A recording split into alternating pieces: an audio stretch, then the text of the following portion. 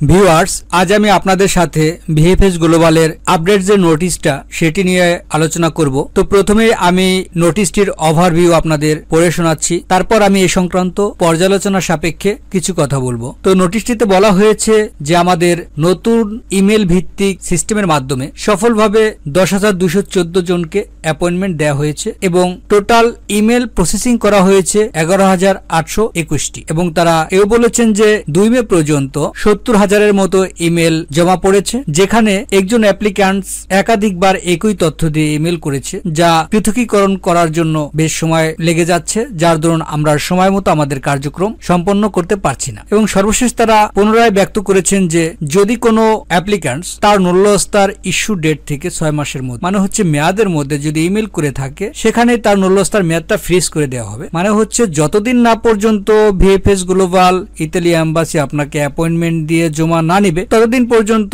নূল্যস্তার মেয়াদ শেষ হবে না। এবং এ ব্যাপারটা তারা বেশ কয়েকটি নোটিশে আশ্বস্ত করেছেন। সুতরাং আমি মনে করি নূল্যস্তার মেয়াদ নিয়ে আপনারা আর দুশ্চিন্তা করবেন না। তো আমরা যদি একটু ক্যালকুলেট করে দেখি, টোটাল 70,000 ইমেলের মধ্য থেকে যদি 11,821টি মাইনাস করি, তাহলে দেখা যাচ্ছে এখনো পর্যন্ত 58,179টি ইমেল প্রসেসিং করা বাকি আছে। আর 11,821 থেকে যদি আমরা 10,214কে মাইনাস করি, তাহলে দেখবেন যে টোটাল 1,607টি ইমেল রিজেক্ট করা হয়েছে ফেক নূল্যস্তার কারণে। তো আমরা যদি একটু পার্সেন্টেজ করি, তাহলে দেখব যে টোটাল 16% অ্যাপ্লিক্যান্টসকে অ্যাপয়েন্টমেন্ট দেওয়া হয়েছে, এখনো 84% অ্যাপ্লিক্যান্টস অ্যাপয়েন্টমেন্ট পান নাই। তার মানে হচ্ছে প্রতি 100 জনে মাত্র 16 জন অ্যাপয়েন্টমেন্ট পাইছে, 84 জন এখনো বাকি আছে, তারা অ্যাপয়েন্টমেন্ট পান নাই এবং তাদের প্রসেসিংও বাকি আছে। তো ভিউয়ার্স, আমরা যদি ওভারভিউটা পর্যালোচনা করি, তাহলে দেখব যে 22 এপ্রিল 2024 থেকে অ্যাপয়েন্টমেন্ট দেওয়া শুরু করছে।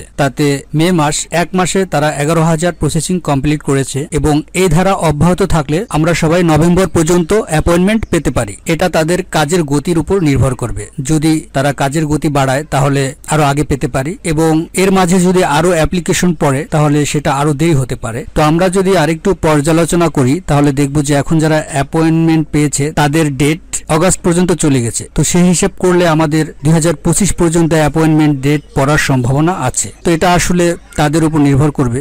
এটার স্পেসিফিক তথ্য এখনো দেয়া যাচ্ছে না বা দেয়া যাবে না, জাস্ট পর্যালোচনার উপর ডিপেন্ডস করে আমি সমীকরণটা করলাম। তো এই ব্যাপারে আমি সবার উদ্দেশ্যে একটা কথা বলবো যে আগে যারা জমা দিয়েছেন এবং ভোগান্তিতে আছেন তাদের হিসেবটা টোটালি আলাদা। তার কারণ হচ্ছে যে তারা হঠাৎ করেই দীর্ঘ শত্রুতার মধ্যে পড়েছেন, কিন্তু বর্তমানে যারা আসবেন তারা সম্পূর্ণ মানসিকভাবে প্রস্তুতি নিয়ে আসবেন যে যদি আমরা ফ্লুশিতে ইতালিতে যেতে চাই তাহলে আমাদের অনেক বেশি অপেক্ষা করতে হবে এবং সেটা কতদিন তার কোনো নিশ্চয় নেই। তার কারণ হচ্ছে যদি কোনো নিয়োগকর্তা আপনাকে নিয়োগ দিবে, সে তার মতো করে নিয়োগ দিবে, হোক সেটা নিয়োগকর্তা বা নিয়োগকারী প্রতিষ্ঠান, সেখানে আপনার চাওয়া পাওয়ার কোনো ভ্যালু থাকবে না, এটাই নিয়ম। সাধারণত আপনারা যদি বাংলাদেশে 10 থেকে 15,000 টাকার একটা চাকরিতে যান, সেক্ষেত্রে তারা কিছু কন্ডিশন প্রথমে আপনাকে দিয়ে দিবে যে আপনাকে যেখানেই পোস্টিং করে সেখানে চাকরি করতে হবে, আপনার বেতন সবকিছু, যদি আপনি করলে করবেন, না করলে নাই। তো নিয়োগকর্তা বা নিয়োগকারী প্রতিষ্ঠান কখনোই আমাদের মুখাপেক্ষী না, আমরাই তাদের মুখাপেক্ষী এবং তারা কখনোই দায়বদ্ধ না আমাদের কাছে। আর এই কথাগুলো ভিউয়ার্স অপ্রিয় হলেও সত্য। তো ভিউয়ার্স, এই ছিল আজকের আপডেট। ভিএফএস গ্লোবাল ইতালি এম্বাসির নিয়মিত আপডেট পেতে আপনারা চ্যানেলটি সাবস্ক্রাইব করে রাখতে পারেন। আর যদি সাবস্ক্রাইব করে থাকেন, সবার প্রতি আমি অত্যন্ত কৃতজ্ঞ। ধন্যবাদ সবাইকে, ভালো থাকবেন।